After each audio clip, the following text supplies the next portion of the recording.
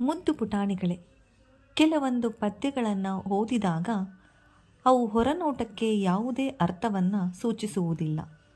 ಅವುಗಳನ್ನು ಅರ್ಥೈಸಿಕೊಂಡು ಓದಿದಾಗ ಸಾಕಷ್ಟು ವಿಚಾರಗಳು ತಿಳಿಯುತ್ತದೆ. ಅಂಥದೇ ಒಂದು ಪದ್ಯವಾದಂತಹ ಹೃದಯದ ವಚನಗಳು ಎಂಬ ಪದ್ಯದ ಬಗ್ಗೆ ನೋಡುವುದಾದರೆ, ಈ ವಿಷಯದಲ್ಲಿ ಮನುಷ್ಯನ ಮನಸ್ಸಿನ ಬಗ್ಗೆ, ಹೃದಯದ ಬಗ್ಗೆ ಸಾಕಷ್ಟು ವಿಚಾರಗಳು ತಿಳಿಯುತ್ತವೆ.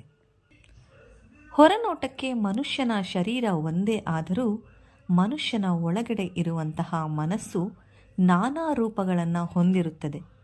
ಅದು ನಾನಾ ವಿಚಾರಗಳನ್ನು ಮೆಲುಕು ಹಾಕುತ್ತಿರುತ್ತದೆ. ಪ್ರತಿಯೊಂದು ಸಂದರ್ಭಕ್ಕೂ ತಕ್ಕ ಹಾಗೆ ಮನುಷ್ಯನ ಮನಸ್ಥಿತಿ ಬದಲಾಗುತ್ತಿರುತ್ತದೆ.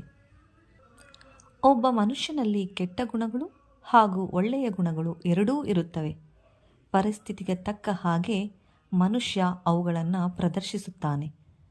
ಅಂಥದೇ ವಿಷಯಕ್ಕೆ ಸಂಬಂಧಿಸಿದಂತೆ ಹೃದಯದ ವಚನಗಳು ಎಂಬ ಪದ್ಯದಲ್ಲಿ ಅನೇಕ ವಿಷಯಗಳು ಅಡಕವಾಗಿದೆ. ಮೊದಲಿಗೆ ವಚನಗಳು ಎಂದರೇನು ಎಂಬುದರ ಬಗ್ಗೆ ತಿಳಿಯುವುದಾದರೆ, 12ನೇ ಶತಮಾನದಲ್ಲಿ ಬದುಕಿದ್ದಂತಹ ಕೆಲವು ವಚನಕಾರರು ತಮ್ಮ ವಚನಗಳ ಮೂಲಕ ಮನುಷ್ಯರ ಮನಸ್ಸಿನ ಸ್ಥಿತಿಗಳನ್ನು ಪರಿವರ್ತನೆ ಮಾಡಿದ್ದಾರೆ.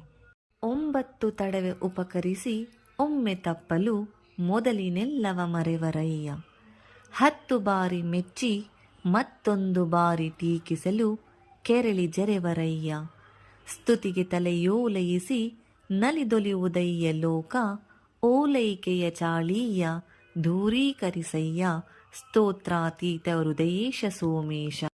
ಮೊದಲನೇ ಪದ್ಯದ ಸಾರಾಂಶ: ಒಬ್ಬ ಮನುಷ್ಯ 9 ಸಲ ಉಪಕಾರ ಮಾಡಿ ಕೇವಲ ಒಂದೇ ಒಂದು ಬಾರಿ ಉಪಕಾರ ಮಾಡಲು ಸಾಧ್ಯವಾಗದಿದ್ದಾಗ ಈ ಲೋಕದ ಜನ ಮೊದಲಿದೆಲ್ಲವನ್ನ ಮರೆತು ಬಿಡುವರು.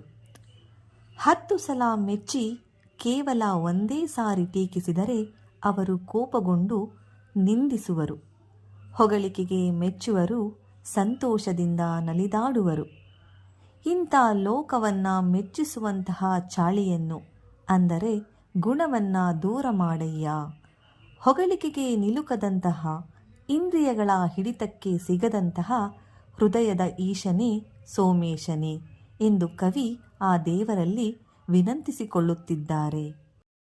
ನೆಗೆವ ಹುಲ್ಲೆಯಾಗುವುದೊಮ್ಮೆ, ಮೊರೆವ ಹುಲಿಯಾಗುವುದೊಮ್ಮೆ, ಕೆನೆದು ಕುಪ್ಪಳಿಸುವ ಕುದುರೆಯಾಗುವುದೊಮ್ಮೆ, ಗಂಭೀರಗತಿಯ ಗಜವಾಗುವುದೊಮ್ಮೆ, ಗುಟುರುವ ಗೂಳಿಯಾಗುವುದೊಮ್ಮೆ, ಚಪಲತೆಯ ಕೋತಿಯಾಗುವುದೊಮ್ಮೆ, ನಂಜಿನ ನಾಗವಾಗುವುದೊಮ್ಮೆ, ನೀರೊಳಗೆ ನಿರಾಳವಿಹ ಮೀನಾಗುವುದೊಮ್ಮೆ, ಹೃದಯಕ್ಕೆನಿತು ರೂಪಗಳು ಈ ಹದನವ ನೀನೇ ಬಲ್ಲೆ, ಬಹುರೂಪಿ ಹೃದಯೇಶ ಸೋಮೇಶ.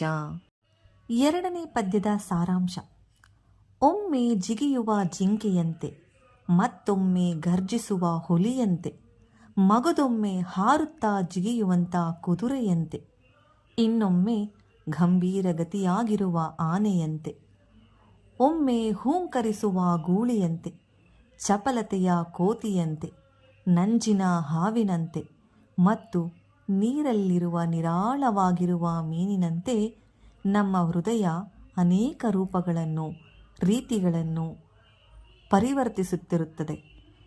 ನಾವು ಈ ಹೃದಯವನ್ನು ಸರಿಯಾದ ರೀತಿಯಲ್ಲಿ ಅರ್ಥೈಸಿಕೊಳ್ಳಬೇಕು. ಇಂತಹ ಬಹುವಿಧವಾದ ರೂಪಗಳನ್ನು ಹೊಂದಿರುವುದೇ ಹೃದಯ. ಇಂತಹ ಹೃದಯೇಶನಾದ ಸೋಮೇಶನೇ ಈ ಮನುಷ್ಯನ ಮನಸ್ಥಿತಿಗಳನ್ನು ಸರಿಪಡಿಸು ಎಂದು ಕವಿ ದೇವರಲ್ಲಿ ಪ್ರಾರ್ಥಿಸುತ್ತಿದ್ದಾನೆ.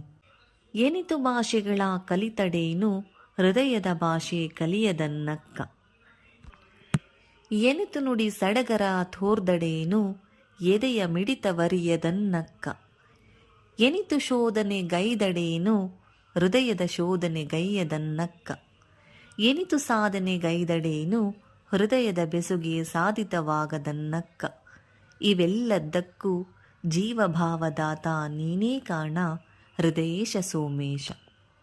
ಮೂರನೇ ಪದ್ಯದ ಸಾರಾಂಶ: ಎಷ್ಟು ಭಾಷೆಗಳನ್ನು ಕಲಿತರೇನು, ಹೃದಯದ ಭಾಷೆಯನ್ನು ಕಲಿಯದಿದ್ದರೇನು ಪ್ರಯೋಜನ.